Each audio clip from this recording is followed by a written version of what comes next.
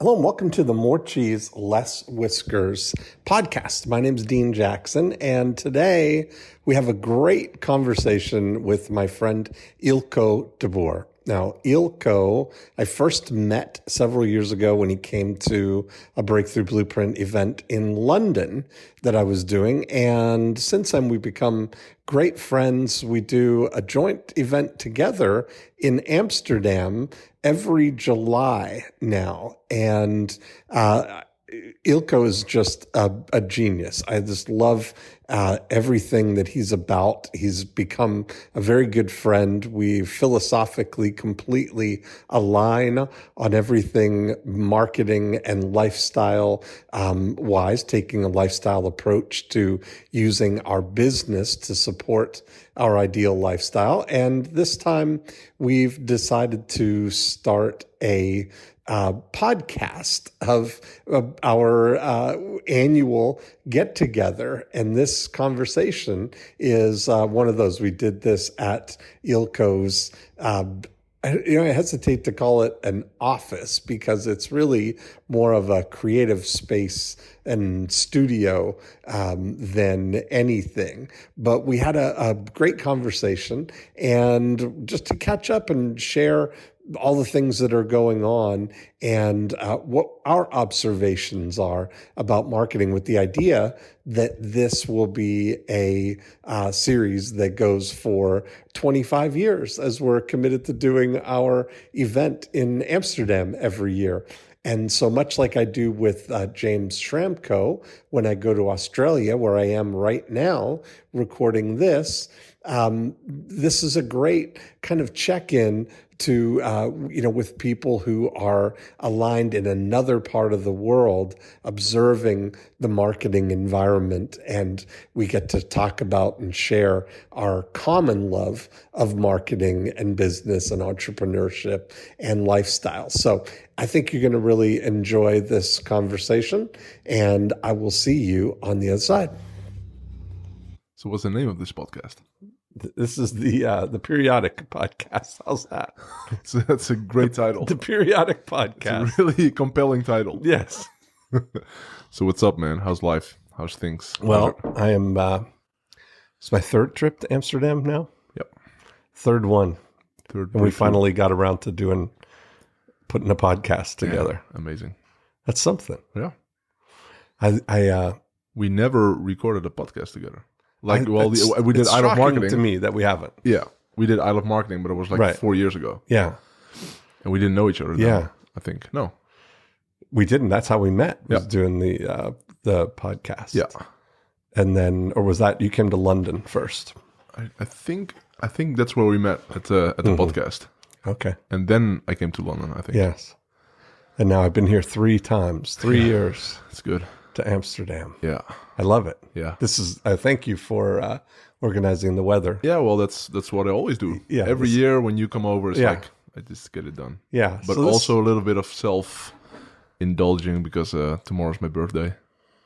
I say periodic podcast because this is year 3 of 25 of our Eelco birthday week celebration extravaganza. Exactly. That we've put into place 3 years ago. Yeah.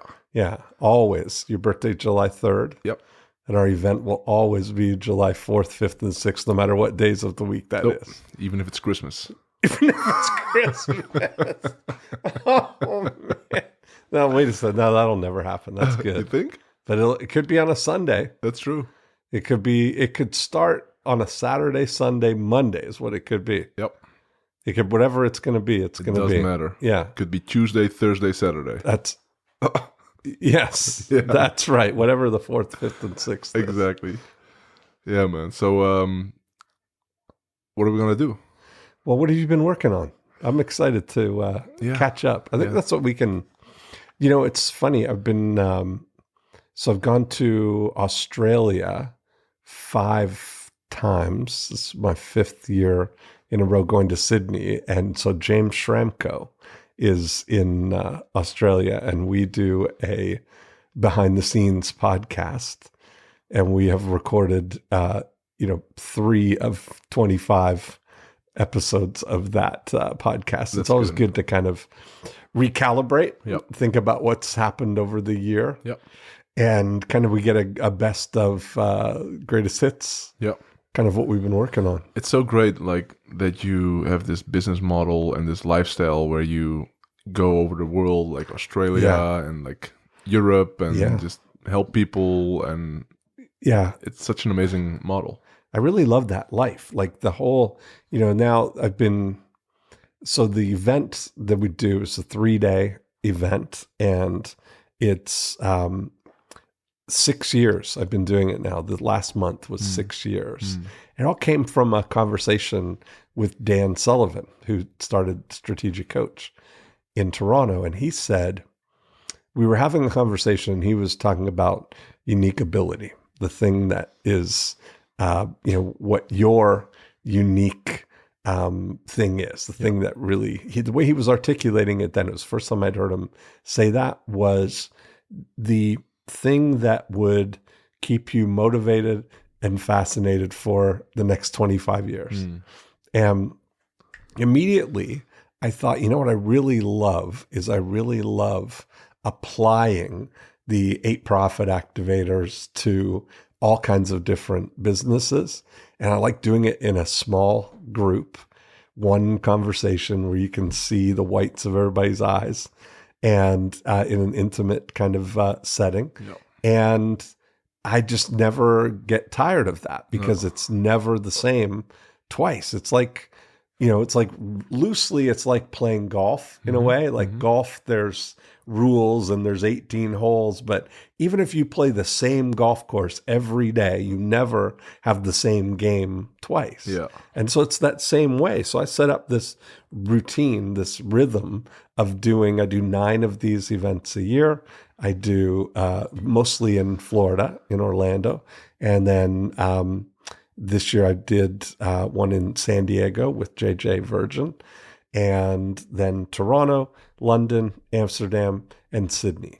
And those are like the staples of the schedule. And it just is such a nice, kind of checking in throughout the year. I like having those kind of stable things.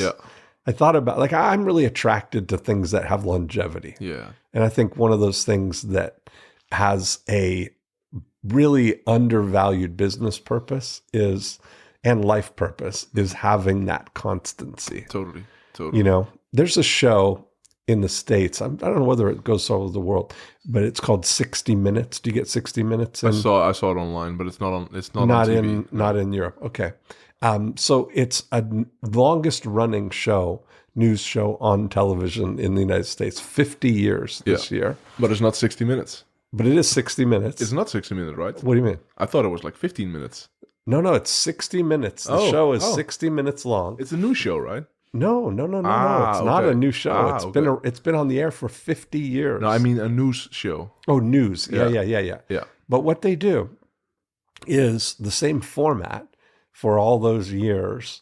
Every Sunday night at 7:00, the show comes on. It always starts out with this ticking clock. So it's like tick, tick, tick, tick, tick. And so they've anchored in the minds of everybody. I look at it as almost like the official transition from the weekend to getting ready for the week kind of thing, And the format that they have is that they have 3 stories per show, and they're about 20 minutes, 15 minutes each segment. That's what I thought, right? Because I saw some 15-minute segments. I was yes. Hey. Okay. So that's right. So it's 3 15-minute segments with the little segues in between and stuff. But they basically pick the most fascinating things that are going on in the news and take a deeper look at them and profile people and things like that. And so that kind of like format has not gotten old or not gotten stale in 50 years, because it's predicated around sharing the most fascinating things that are going on in the week, right? And so I look at that the 8 profit activators are universally present. They're context that's going to be, it was valid 30 years ago. It's going to be valid 30 years from now. But what changes is all the opportunities that we have to apply them, you know? And so it's cool just to see how they fit for all these different businesses. Yeah. Reminds me a little bit of Tony Robbins with his UPW and Date with Destiny. Yes. Because that's almost 30 years. Yeah, it's crazy. And I think he did like 100 or 200 UPWs and like 100 Date with Destinies. Yeah. And the thing is with those events is like, it's the same structure every time. Yes. But it's different people. Yeah. And the interventions are always different because it's a different person that you're communicating with. And I went to Date with Destiny twice. And for me, it feels like, it's like you're in a cinema with like 2,000 people and everybody's watching a movie. But nobody knows how it's going to end, and that's really cool. So, yeah, man, it's a great business model. It's fun. So I literally got off the phone with Dan. We had that conversation. Yeah. And I immediately called the hotel in Florida at Celebration. Yeah. Booked the boardroom, and then sent out an email and invited my first the first group. So cool. And had it look 6 weeks later, the first one, and then been doing them ever since. Yeah, so cool. So I love that. That kind of like, so I encourage people. I've had so many people that's become a model for them that they're, I mean, we've had people do, in most cases, if you've got a list, if you've got people who are, in your business that like you, and there's a way that you could add value in a small group with a high price point for something, there's a group of people that would love to do that. And people just, they don't realize that how much people value personal attention and an intimate environment like that. That's the whole thing. I mean, we're sitting here because I went to your small event in London. Yeah. And otherwise we would never, like, maybe at another event we would connect or whatever. But sitting 3 days in a room with somebody that you have respect for, or look up to, or admire, or whatever, it has so much value. Yeah. And the same thing now with a good friend of mine, Dolly. I did a 3-day event in Miami last year, and she signed up for it. And there were like 8 people from Holland who came to Miami. And I love that. Yeah, I love that. You're going international. Yeah. With Dutch people. Yeah. That's funny. This heads up. Why can't we get some people from Miami to come to Holland? Yeah, to come. But now we became best friends, and now we have a podcast. So things happen during those 3-day events with like 8 to 12 or 8 to 16 people. Yes, and it's just something special, and it beats bigger events or even one-on-one, because it's just you're just connecting with a small group, and it's great. Plus the price point makes it interesting because it's not necessarily like who's in the room, but also who's not in the room. Right. And so it's a great model in so many ways. Yes. Yeah. And, so what do you do when there's like 2 signups, or did you never have that problem? No, I've never had that, which is great. Yeah. Which, but we've had through occasionally, like I think there's been a couple of times where we've had 8 people but we started out with maybe 10 and somebody had to drop out cancel or whatever. Something like that. But I'm really like of the mind that it's going to be like a great event for those 8 people. It's like whatever it is, it is. And the thing is now going around that I find that a lot of times it's people coming back again and again. Yeah. Like we just did an event in London. Half the people there were people who'd been to another event. One guy's been to every one of them. Yeah. Well, tomorrow as well. Like half of the people came from last year. Yes, exactly. And the first time we did it in Amsterdam, we had, I think, 7 or 8 people. That's right. Yeah. Yeah. And the last year we had 17 people sold out within 9 months in advance. Yes. I just put a Facebook post and boom, within 48 hours, we had 17 people sign up. Yeah, that's great. Yeah.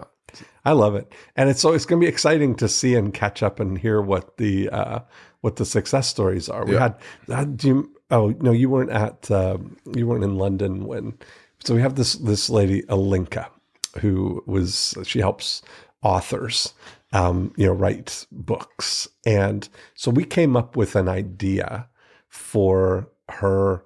Like she likes to work with entrepreneurs. Or she doesn't like to, she wanted to. She thought she would like to work with entrepreneurs, leaders. And so we came up with an idea for her that involved a specific, niche in the business market. And we came up with a whole plan for her to reach out to those people and do a compilation book where they were part of a, she was doing a chapter from them. And then from that was able to invite the people who were doing the chapter book to do a full book with her. Like, wow, you got a great story. Have you thought about writing a book? And so she's got, I forget how many now, but 10 books that are under process, and she's charging people, it's $30,000 to do a book with her, but we set it up so that the way it goes now is she's got an annuity, because that specific niche that we chose is constantly renewing. So she can go back to a new crop this year. And she's already raised her goal now to do 20 books. And all she really has to do, because we figured out the algorithm, all she has to do is send twice as many on the front end, and it'll be a sure thing, which is great. Yeah. That's cool. I'd love to hear those kind of stories, Yeah. And you've been in the game for a long time. Yes. So you have a lot of stories. Yes, that is true. Yeah. So you started selling in 1999 or 96? What was it? I started as a real estate agent in 1988. But I mean online. Oh, online. Started in, whenever 1998 was when things were starting to really get interesting. Like everybody was sort of coming online, where it was sort of a bigger consumer market now. And I wrote a book with a marriage counselor called Stop Your Divorce.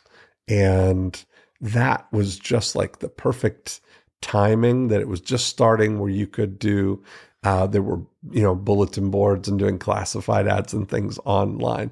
But it was right at the time when search engines were starting to become really viable. And then there was a search engine called GoTo that was the first pay-per-click search engine where you could bid for keywords.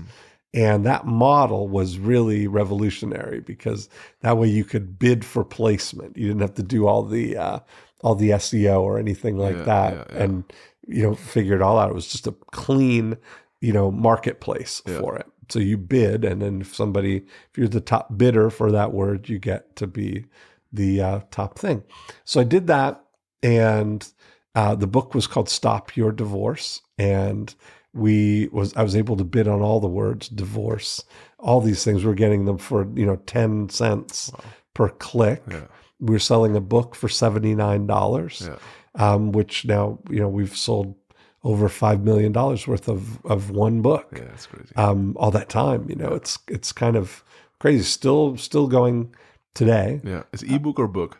It's both ebook and a physical book. But it's an ebook for $79. We'll send you the physical one for $99. Okay.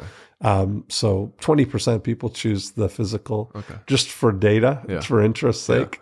It's about 20% will pay the $20 extra for the print. It's so great, man. Like selling something for almost 20 years, the same product.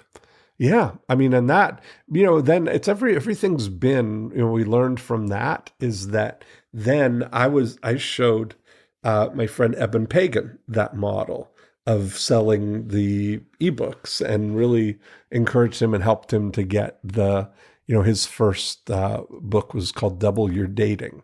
And so, we got that online, and then he went and built a big empire around that. Same with Marie Forleo. I helped her with her first book. Her first book was called Make Every Man Want You. And it was a book of, how to make yourself so amazing you hardly hardly keep from dating yourself. Yeah. And that was her kind of entry into the online marketing world. Yeah. And so it's fun to see, how, because I really, in the beginning, there were not many books that were, aside from how to make money selling ebooks. Like I really had a book that was doing something, good in the world kind of thing. Yeah. And then all of this online, I mean, I had been primarily involved in the real estate business, helping realtors grow their business. Yeah. And so we got a real good foundation in that offline. And then as everything transitioned to online, we were really able to kind of lead the way and be help realtors get online. And it's amazing how it's a good metaphor really for so many businesses when you see what's happening right now. Like I just started a new podcast for the realtors called Listing Agent Lifestyle. And I was looking back this year, 2018 is 30 years that I've been in real estate now, right? And I was looking back and thinking about all the things that have changed over those 30 years. Like when I got my real estate license, I was 22 years old.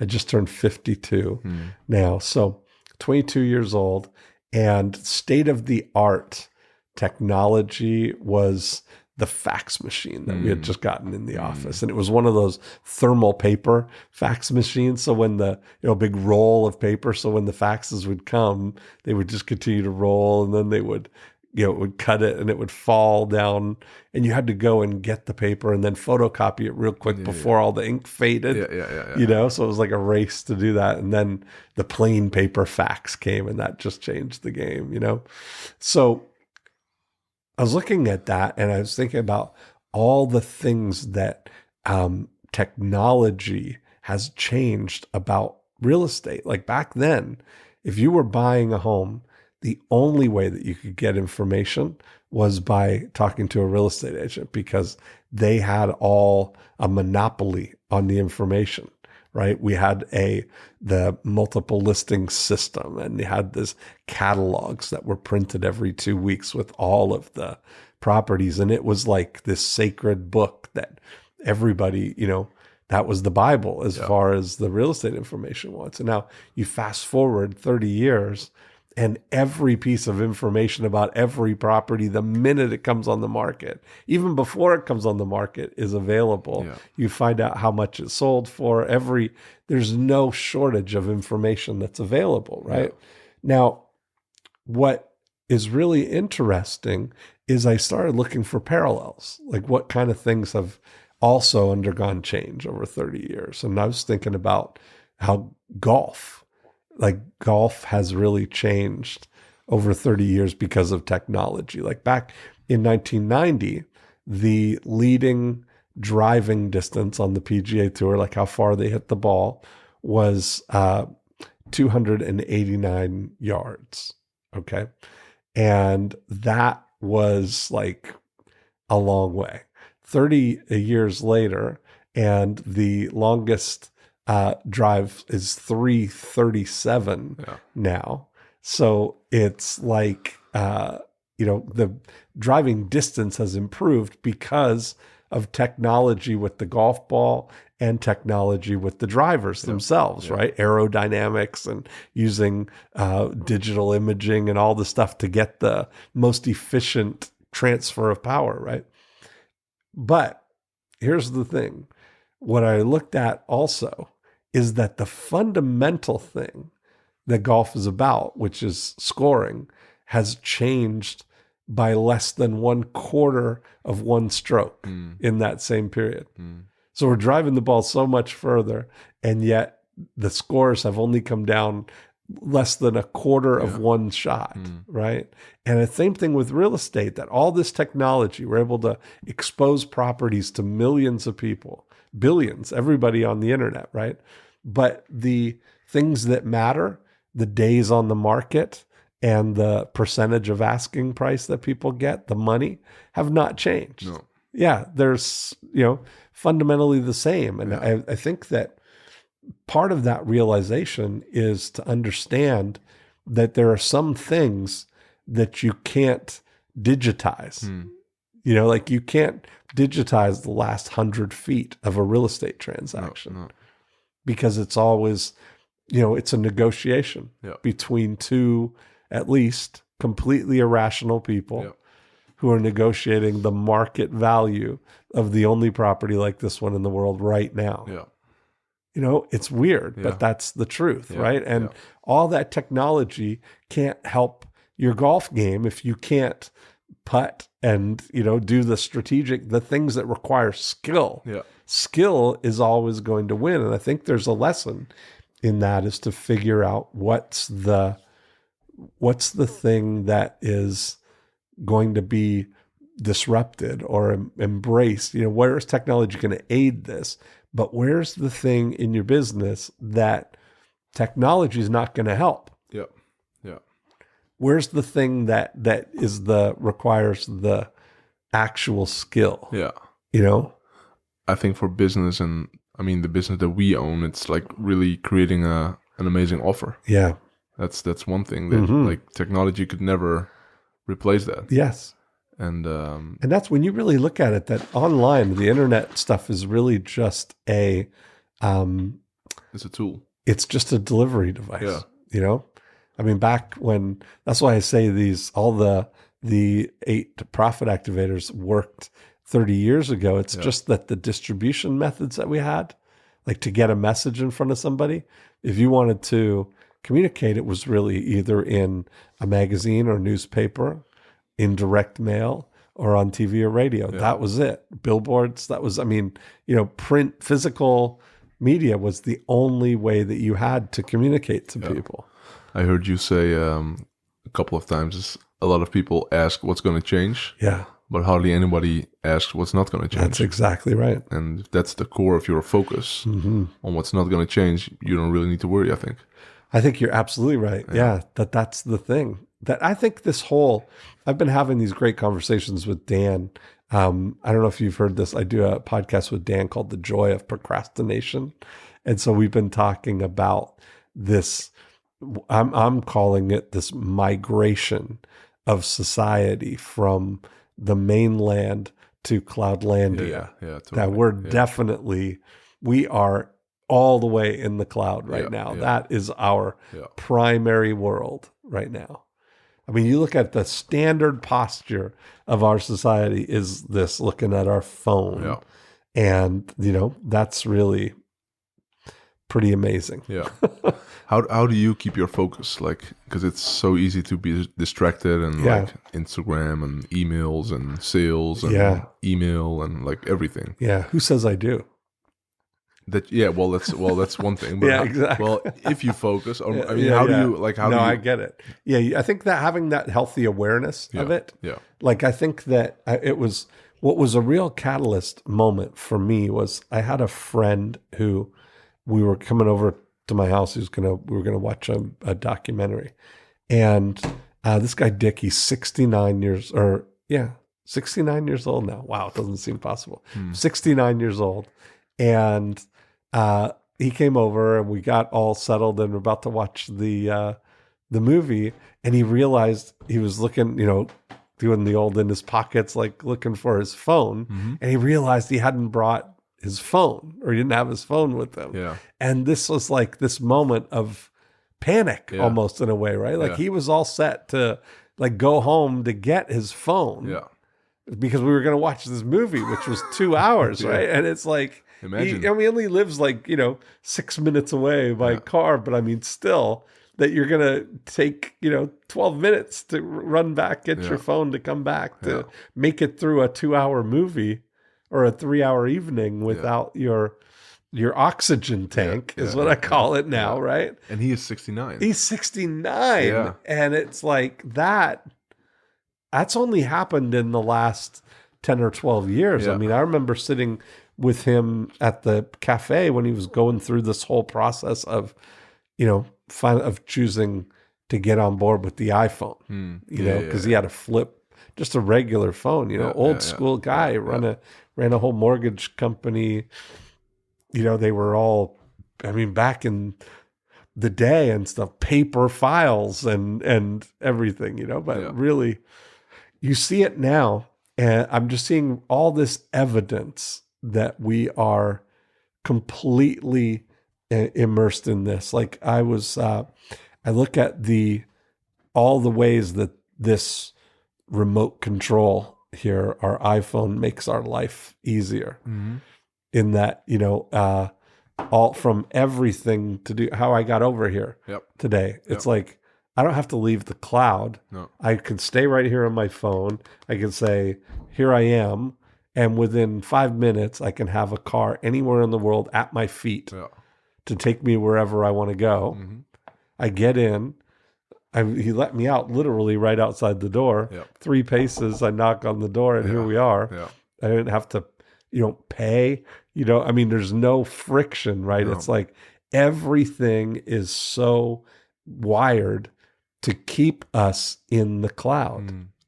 And I think there's a real, I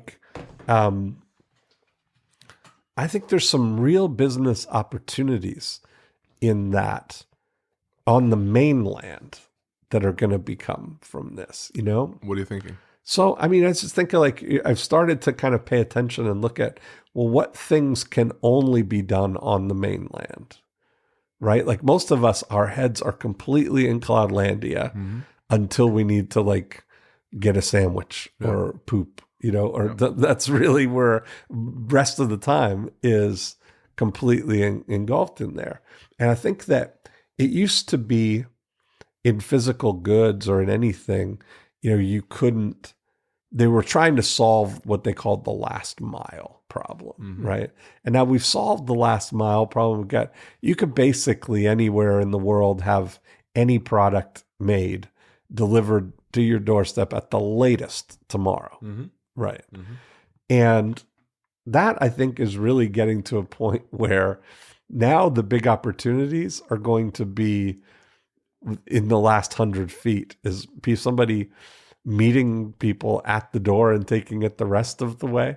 Like I think having these transition, these tech and app enablers that make it an enhanced experience,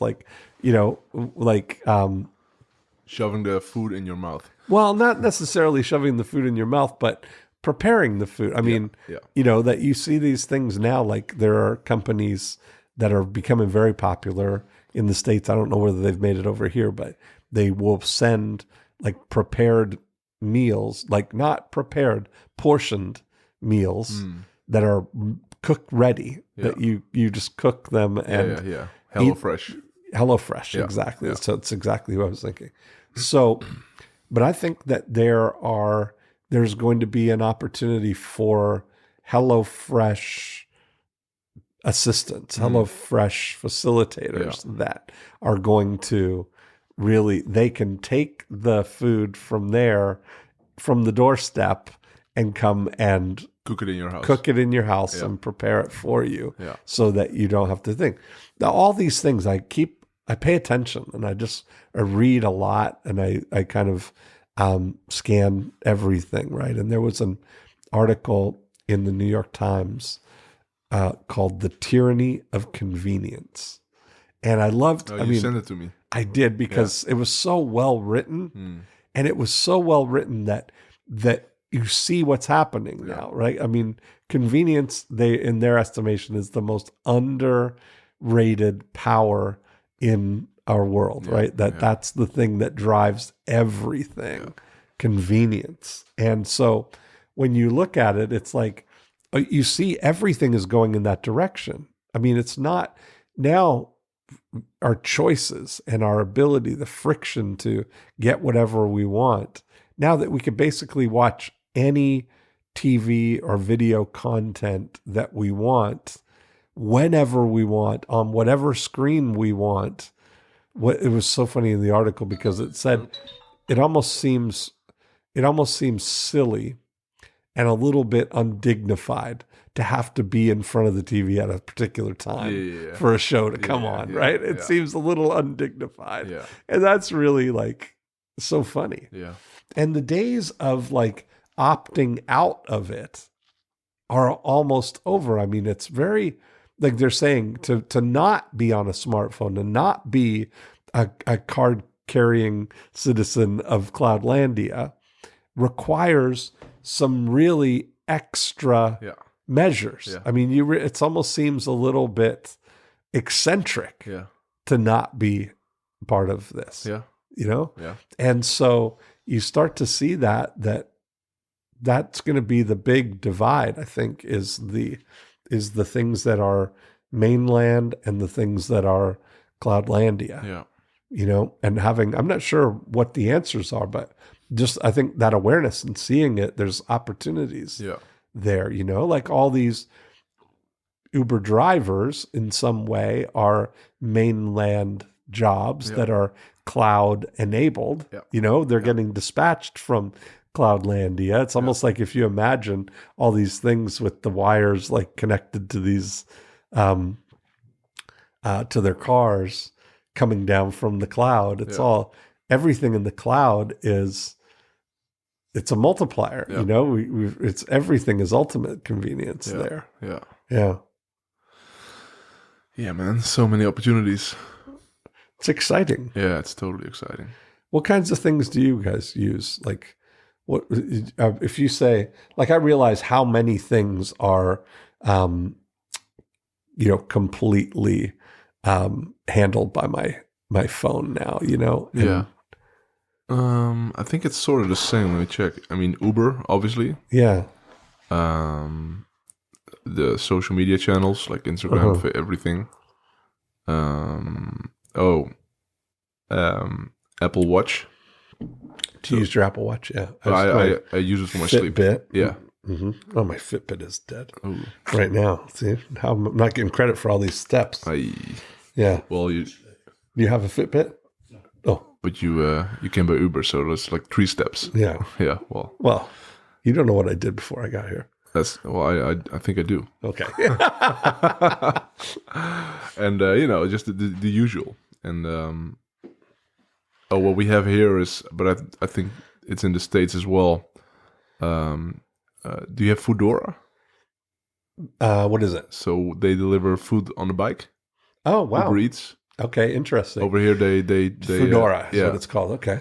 Or Deliveroo or Foodora, Okay. and they like if you order something. So there's an app with all the restaurants. It's like Uber Eats. Yes. Yeah, Uber Eats does it by. I love it. By bike as well, right? Yeah. Okay. So nothing new. So it's sort of the same. Uber Eats. So there's all kinds of those, and that's a fascinating story because here's an opportunity. Alone, there is something that showed up on my radar last year called ghost restaurants. And have you heard that term? I think I heard you about it. Maybe I told you about it because it's fascinating to me. There's a venture funded group in New York and Chicago, and they have started. The headline that I read was 9 restaurants, 1 kitchen, no dining room. And what happened is that this group started 9 different restaurant brands. Yeah, I get it. Yeah. That they operate out of 1 kitchen. So smart. With no dining room. They only exist on Grubhub and Seamless, which are the 2 big food delivery services. So cut out all they're only in Cloudlandia. Yeah. I mean, they're opening up. It makes me want to open restaurants. Exactly. Yeah. That's the thing. And if you do it like specific products, like hot dogs, or it's just not like broad, but super specific. Yes. That's great. Yes. And that's what they did. Yeah. Is they got it just like that. So imagine if you're a chicken wing store and you've got 100 different kinds of chicken wings that you could have, because all it is the same base chicken wing with different spices and rubs or whatever, right? I thought about that like a couple of times. Yeah. It's such a great idea. It really is. So now they can start a new brand for $25,000 instead of $2.5 million or $250,000 to you don't even bare bones. You don't even need the bikes or because it's all the delivery service is gonna So that's it. They took out all these things, right? It's just idea. So where this all fits. Like I really am excited about the way that it's like these micro compartmentalizations that we can all cooperate and provide something you can tap into. Yeah. Like anybody could start a restaurant like that and have the same footing on any of the so great things, you know? So great. And so many efficiencies in that because the kitchens don't have to be attached to dining rooms in high rent locations with good traffic. Yeah. They can be in the middle of the city in a lower floor, a basement commissary kitchen, which this one happens to be. Yeah. And, you know, you get that. They just make all the food in one place and then stage it with the packaging from that brand, whatever the brand is. And then the delivery guys come and pick it up. Yeah. And there you go. Yeah. It's just so great. Yeah. So I look at those things as opportunities for how we can put things together where you can literally, like, creativity is at a premium right now. Yeah. And it's going to be rewarded more than any other thing True. in the future here. Yeah. You know, because the ability to execute on creativity, it's execution that's becoming a commodity now. True. Yeah. That's interesting. Yeah. That's super interesting. Yeah. Because it's always been, like, I don't know how it feels here, but where people would always have this argument about ideas versus execution. Mm-hmm. And we'd almost fetishize the value of execution and hustling and grinding and, you know, getting it done. Yeah. But that only goes so far. Yeah. And I always say to people, you know, if you look at it, that an idea, that's what they'll say, an idea that's not executed is worthless. Well, that's true. I'll give you that. But let's take that we are executing the idea and you can execute it flawlessly. We'll go all the way. You can flawlessly execute something. Well, the only thing that can improve flawless execution is executing a better idea. Mm-hmm.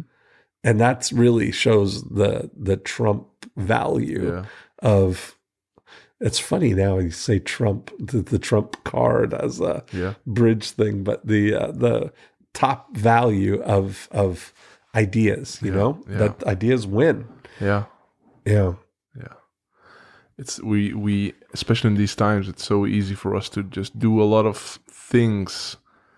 Like, for example, with Instagram, you can place, like, so you get the normal posts and you get the stories. Mm-hmm. And a lot of us, we post stories all day long. Like, oh, I'm here, I'm doing this.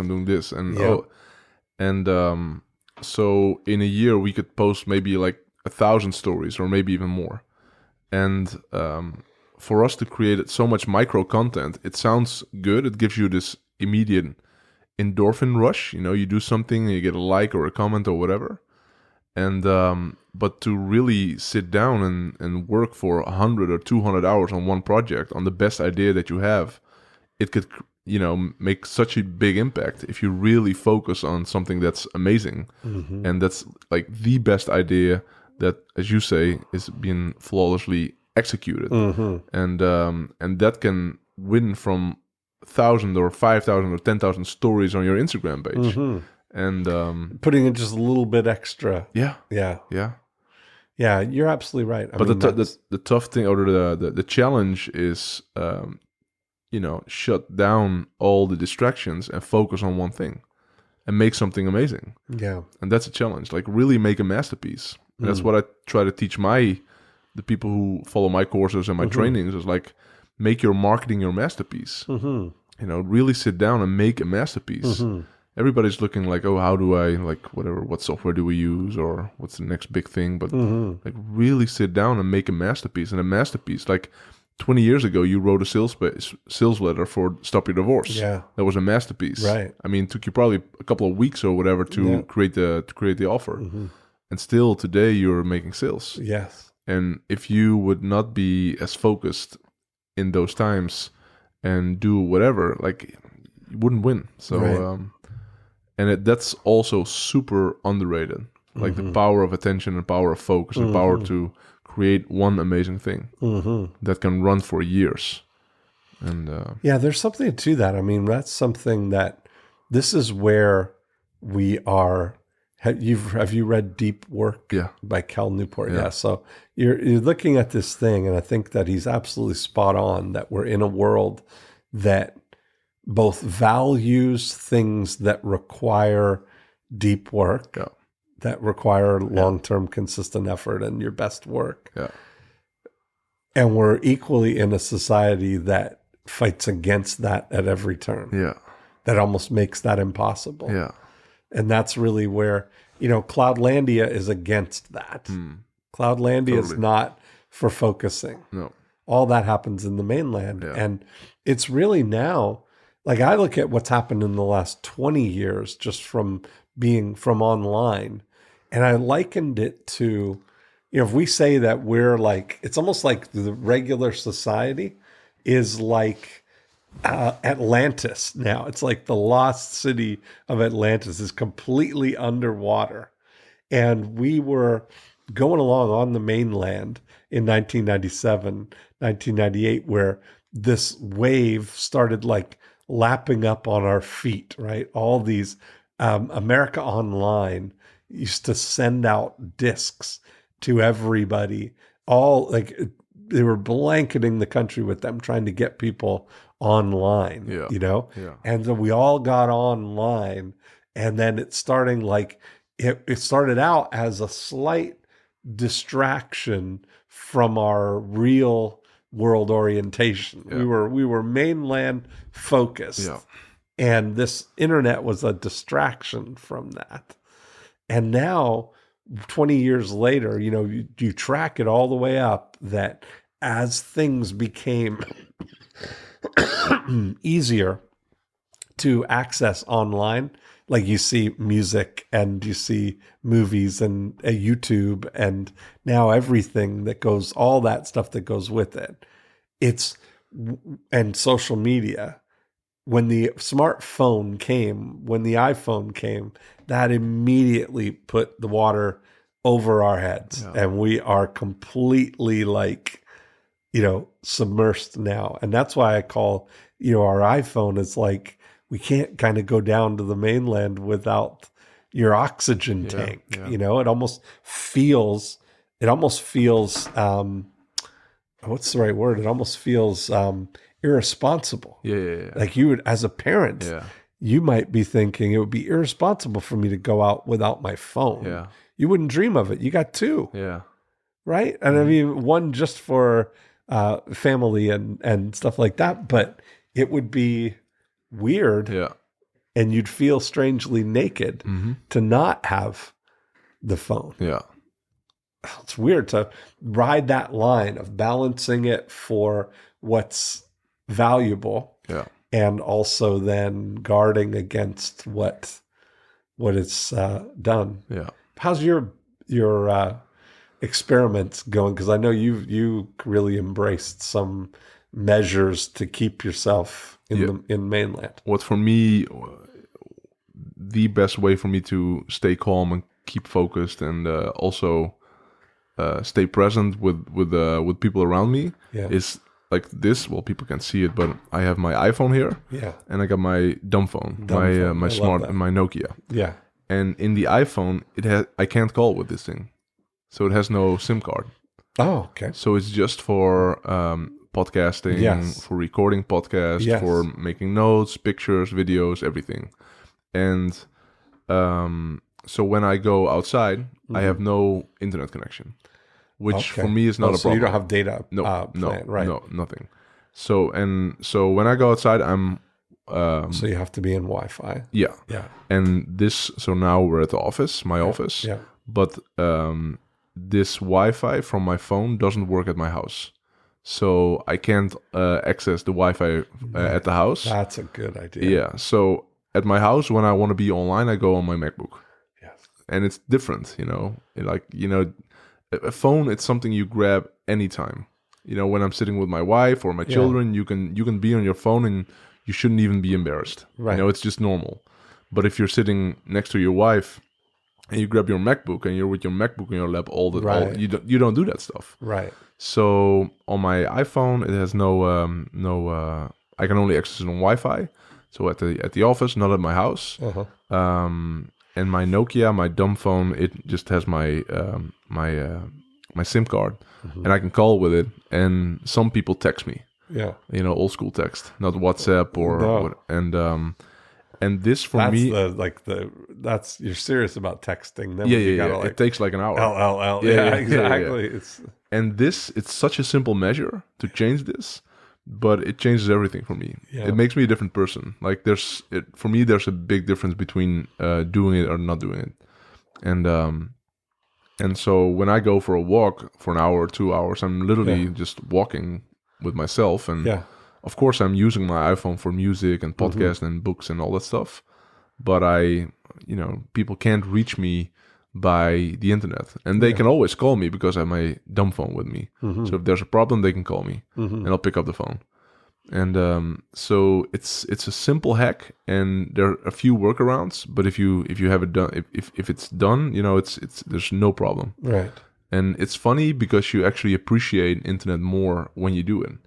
Because when I haven't been online for like 3 hours, if I've been walking or whatever, and then you go online, it's like, cool. Like there's this got these messages and I'm always amazed. Like you realize how little actually you miss. Nothing. Like when you're up, it's like very little that you miss. Yeah. If you haven't checked for a few hours, or like I find that when I'm flying over here. Even months sometimes. So months. Yeah. Well, wow. For example, Facebook. I don't have my password for my Facebook profile. Okay. I gave it to people that I trust. Yes. And if I want to be on Facebook, I need to ask them to log in for me. And so I haven't been on Facebook for like, I don't know, 4 months or something. Right. We do a lot of marketing on Facebook. That's on our page. Right. And but sometimes once every couple of months, I'm like, let me log into Facebook and let me check what's going on. And literally after 30 minutes, I'm like, I'm done, man. Like I just go through your tags and like go through your timeline and check some messages and whatever. And it's like after 30 minutes, and literally after 4 months, 30 minutes done. Yeah. But same thing with Facebook. It's so addictive, man. It's so easy to because it's so amazingly built. Like every time you refresh, there's new fresh content for you. And from people, it's never old. It's never old. I did the math. Like I was looking at the thing. I've been thinking about this, like the way we mostly like access Facebook with our phones. I think that's really the things. I've found that on the ads and stuff that I've been doing, like the feedback or the stats show you that the majority of people are looking on their phone. And we're already right now in the US, the ratio is every fifth like scroll is an ad. Yeah. So we're at like 20% of your news feed. Is advertising. Oh, the money they sponsored. The money they make. Yeah. That's crazy. And so you think, wow, I just see these, but all this, everything changes, I think that's, I really do believe we've got like a few good years of the low price, because it's ridiculously low price now compared to direct mail or compared to TV or radio. Or and there are more and more advertisers and less content. But that's what I'm saying is that you see it inching up now. Like I've seen it because the difference between 3 years ago and now is pretty dramatic. It's probably like 300% or whatever. Yeah, I think so. But even that 300%, it was really a good deal then. Yeah. It's still a really good deal now. Yeah. And I think 3 years from now, we're going to be pining away. I agree. Remember the days when we get opt-ins for €3. Opt-ins for $3. Yeah. I would take every single one you could get. And now we're complaining like, they used to be like $1. But that's exactly. Yeah. And that's the thing now. Like I look at the, one of the big things I've been trying to get people to take is to think about their marketing spend as a capital investment. That's it. Rather than an expense. Yeah, that's it. And know that it's, rather than like an expense-based approach to try and like recoup the spend, get your earnings per click up in that first 30 days or whatever, is to look at it that I just know that over the next 5 years, it's going to be better to have 1,000 $3 opt-ins on your list than it would to have $3,000 almost anywhere else. Yeah. And that's a lot of people are looking like, where should we invest? Yeah. In what company should we invest? Which stocks? Your and own. if you got like 100,000, you want to invest, like buy 30,000 opt-ins. Yes. As in advertise for $100,000. 100%. And get 30,000 new people on your list and build a relationship. And if you have a good business. Yes. Like how often do you have sales from people that signed up for your list 7 years ago or 12 years ago? It's funny you say 7 years because I just came from London last week. Artur was there in the event, and he came. He's been on listening to I Love Marketing for 7 years. Yeah. He said, I've listened almost from the beginning. Yeah. He said the other last couple of years, I've wanted to come and the dates haven't worked out. But there he was, 7 years later, and Artur's there, because every week he gets all my emails, That's it. That's it. And they never leave. No. And I just look at that. It's like there's so much value in that. There's no metering of it. Like right now, and for the foreseeable future, I can't imagine how it'll change. Email wise is still, sending emails to people is still, I think, the very best communication. We talk about, texting gets even higher rates, but I think nobody's like, you're not connecting, you're not bonding and sending value through texting. I think email is still where we get a lot of that good stuff. And but I do think there's a lot of opportunity with, for example, WhatsApp or yes, I agree with that. But for a specific purpose thing, I don't think it's not the same as like. I don't know that I don't think I would accept, and maybe I'm just thinking it through as I go here. Is there any example of people who are like, I send out 3 emails a week. Yeah. Right. And they're all really valuable. Yeah. You can't do that on WhatsApp. Articles. No, you don't. And that's what I'm saying is I don't think you would do that on WhatsApp. But it's funny because I've been thinking about WhatsApp a lot. Yeah. And so one of my insights a couple of months ago was like, what if we would, because in Europe, everybody uses WhatsApp. Yeah. Like I don't know anybody who doesn't have WhatsApp in Holland. And I thought, like, what if we would see WhatsApp as a social media channel? Yeah. And provide content and provide good value, but also apply your teachings. Like, imagine the 9-word. Yeah, that's where I think message. it can work. Like we use it we integrate texting into It's amazing. a communication sequence, but as a response mechanism, or not conveying information. Texting and WhatsApp, here's the difference, is they're truly two-way communications, right? Yeah. So there's an urgency and a timeliness about it. Yeah. So I think you want to revere that, be sort of respectful of that. But it also depends on how you market it. So if you say like, hey, give us your number and we will send you cool things every day on your WhatsApp. Yeah. It's different as in, hey, can I get your number? And then you start spamming them. But most of the things, I think that if they're going to do that it's almost like warrants having your own app with push notifications. Yeah. Because then you get the same, you're showing up on the same screen. I don't know. Yeah.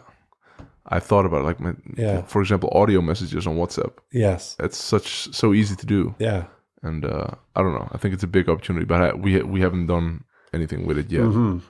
But just paying attention. I mean, we were talking last night about the Amazon, about Alexa, and Alexa skills, and how that's really gonna, be a big thing, coming forward. Yeah. Also, a good investment is create amazing content. Yeah. Take time to create amazing content. Yeah. Like, and that's what I like about podcasting. With podcasting, it's forever. Yeah, you're speaking my language. Yeah, you record a podcast and it's there, and it's different compared to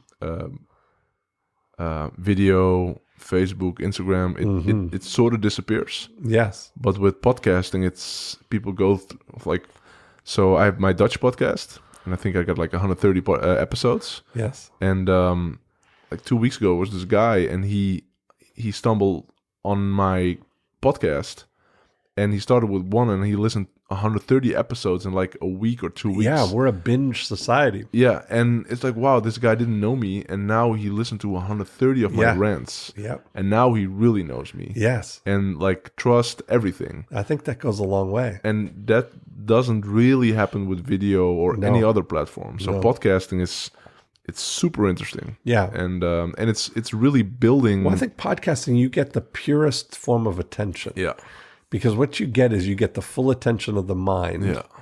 Yeah. Whereas if somebody's watching a video, they have to, you're holding them hostage in a way, right? Their body has to be there too. Yeah. But if they are, if they're doing that, then what you don't get is, if they're doing that, when I'm watching videos often, if you're required that, I'll often be visually surfing on other things, unless the video requires unless there's something to be offered visually. Yeah. But what we're doing right now, like this, if this was a video of just us talking like this, that's not adding any value to it. No. So it's like a lower level of attention in a way, right? But where the audio, when people are driving or walking or whatever, I think that's a really interesting. And you build a sequence. You can because I think I made over 1,000 YouTube videos in my career, but like the last 980 videos, like they're lost. Like it's not like But my podcast, that's something I'm proud of. That's part of my legacy. Mm-hmm. And that's a footprint, right? Like I've got 340 something I Love Marketing podcasts, and just past 100 on my More Cheese Less Whiskers podcast. Yeah. And I had maybe 150 Marketing Monday podcasts before. You think of all of those hours of stuff. But what I've been really the most excited about is I've been experimenting and doing something that I call the MOO method, multiplied oral output. Yeah. And that, I think that part of the value of the podcasting is as a medium for capturing and digitizing your ideas, your thoughts. There's no faster bandwidth way to get stuff out of your head into a digital format than through your mouth. So true. Right? Yeah. Faster than typing, faster than anything else, until we can figure out how to just hook a hose up to your brain and transfer the thoughts without you having to even say them. Yeah. But with that said, once you've done that, the life of that audio now has so many multiplied uses. Yeah. I mean, the podcast for certain, but then the transcript of that fuels emails, blog posts, Twitter, social media things, something for everyone. It's like you get this big Christmas ham and you can carve it all up in different ways. And this goes to, you create memes, you create infographics, you can create derivatives, you create illustrated videos that go with it, all from the that audio, that oral output. Yeah. It's just like, man, that's and you create books from that. I mean, Look at Tim Ferriss' last 2 books, all straight from the podcast. Yeah. And it's so simple, man. Like now with the iPhone, the audio is amazing. Like when you record on your iPhone, yes, it's this really great quality. Yeah. Even when you're in a car driving, it's still great quality. Well, you think about Cloudlandia. I mean, it's so amazing when you think about what comes with your citizenship to Cloudlandia. If this is your iPhone is your passport to Cloudlandia, your citizenship. Yeah. That what comes with it. Imagine if you 100 years ago, you arrive in America and you get your citizenship, and along with it, you get a television station and a radio station and a newspaper. Yeah. And you get a mail service that you can mail to every other citizen of Cloudlandia for free. Yeah. As long as they know you. You can, I mean, it's ridiculous. Yeah. You have a fleet of cars stationed. I tell people that all the time. I joke. I keep a fleet of cars just stationed around the world. You have thousands of restaurants, private restaurants. Exactly. It's so funny when you think about how great life is. Do you know what it would have taken even just to get to Amsterdam once in my lifetime 100 years ago? Yeah. Would have had to come across on a boat, right? I mean, that shit cray. That shit cray. That's exactly right. I would not have been coming every year. I like comfort. Yeah, man. So last year this time a little earlier we were at Chef Gordon. Yes, very exciting in Maui. Yeah. What did you get out of it? Well, it was so nice to see him in his environment. Yeah. Like to see, because we saw it in the movie and see the we're pre-game show. Yeah, we're sitting there right in the same house that's there, and he's just like that in real life. Yeah. Just a super guy. Yeah. And I mean, even you think about it though, there are even the people that were there with us. Yeah. Shep's friends that were there. Everybody, it's just like instant connection. Yeah. They came to Amsterdam as well. Yeah. Very nice. Yeah. No, that was beautiful. That's just cool, man. Like that's what I like about life. Like really meeting amazing people and having great conversations and good food. And well, that's the thing is the world is smaller for sure. Yeah, it's so simple. Now than it was. It's ever been. I was in we went to Curacao like last month or 2 months ago for 2 weeks with the family, and we brought some friends. And then I had 2 weeks in the States scheduled, as you know. Like we had an appointment, and I went to the States. I was in Miami for 2 days, and I was like, man, I'm not feeling it right now. I just want to be in Amsterdam. I just want to be with the family and get to work and go to the gym again. And that evening I was back on a plane. Like it's nothing. It's so simple. It's not a big deal. Yeah. And that's the thing. Like a lot of things that happen, they're not a big deal anymore. Right. Like you can miss a flight, or like your car can be broken down, or all that stuff. Yeah. It's not a big deal because there's solutions for all of that stuff. And so yeah, we're really, really spoiled. I think that's a skill set that we have to really get to the point where we're able to be better at articulating what we want. Yeah. What is a big thing now, you know?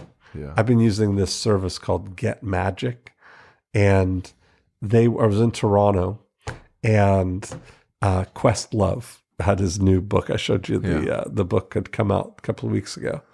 And it was just released.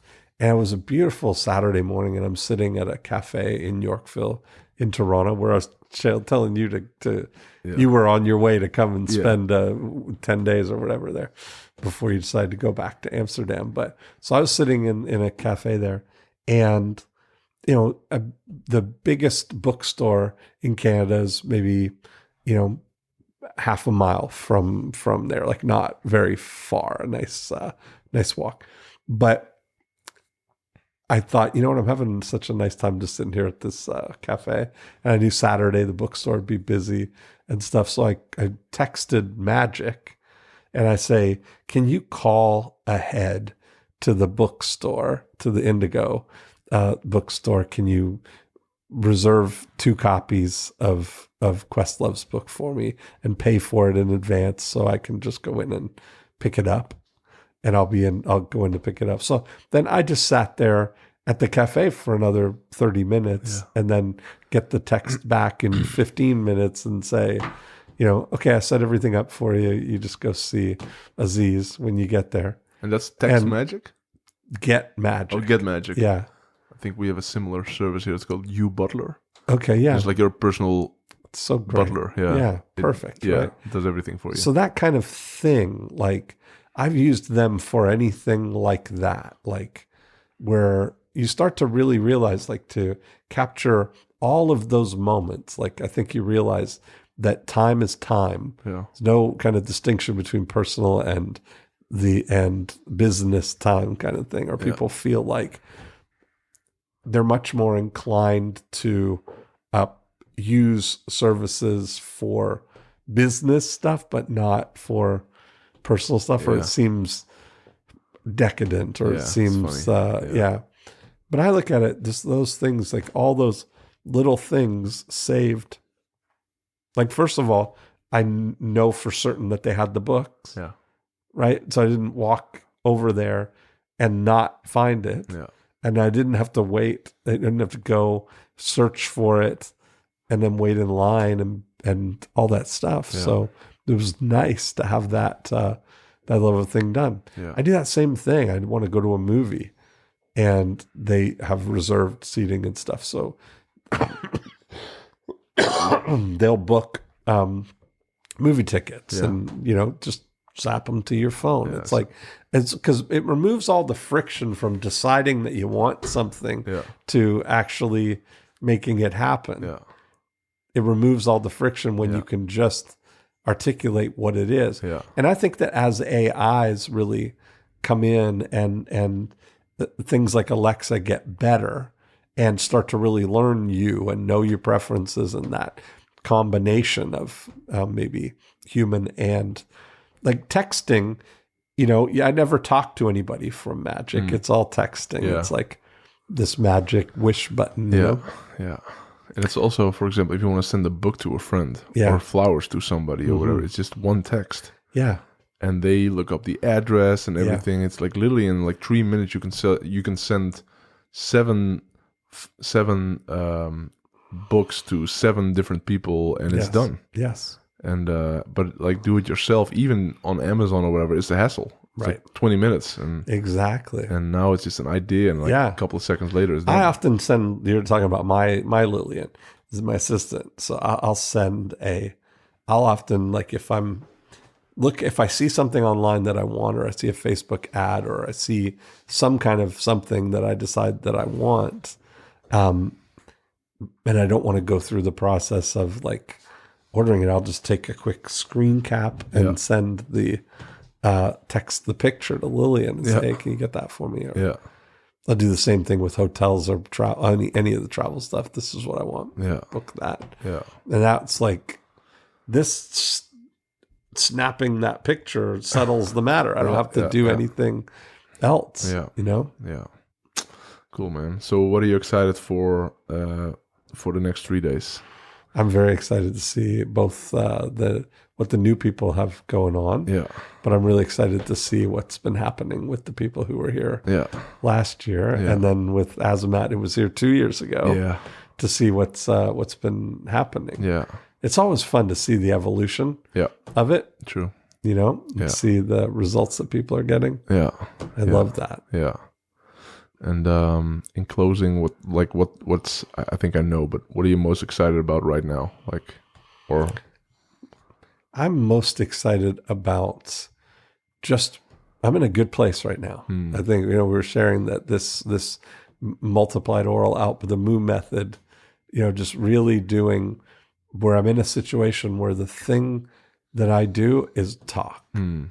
And it's stunning actually how much the free time you have when you really get down to the essence of what it is that you do and don't get caught up in doing anything other than that. Yeah.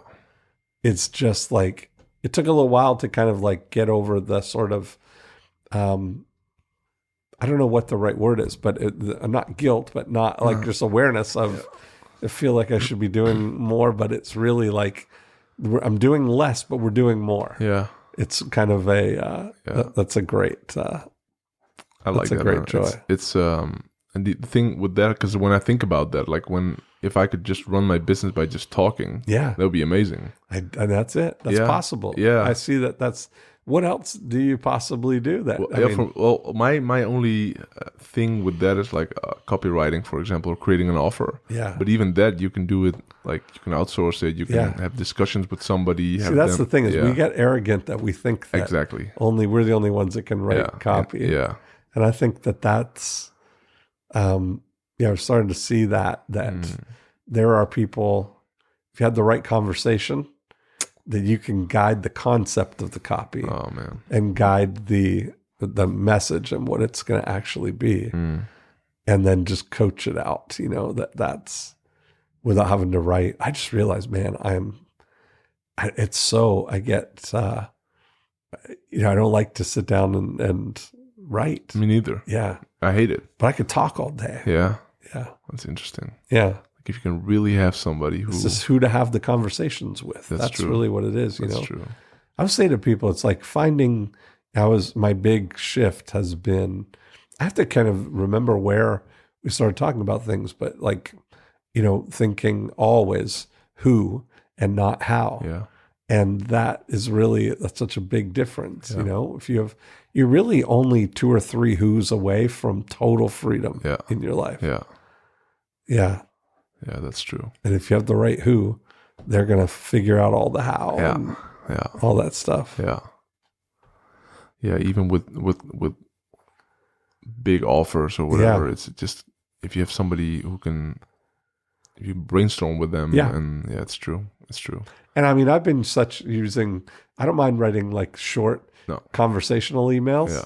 And that's really the thing is I've really sort of, we're in a great spot right now where we can compartmentalize all of the things, like looking, I call, our 8 profit activators, profit activator 3 is educate and motivate, right? So all of that stuff, all the bulk of everything that's where it's carrying all the weight is in that, where after somebody listens to you for 100 episodes of rants like that, they know what you're all about. They know you, they like you, they trust you, that now all you need to say is, hey, I'm doing this thing.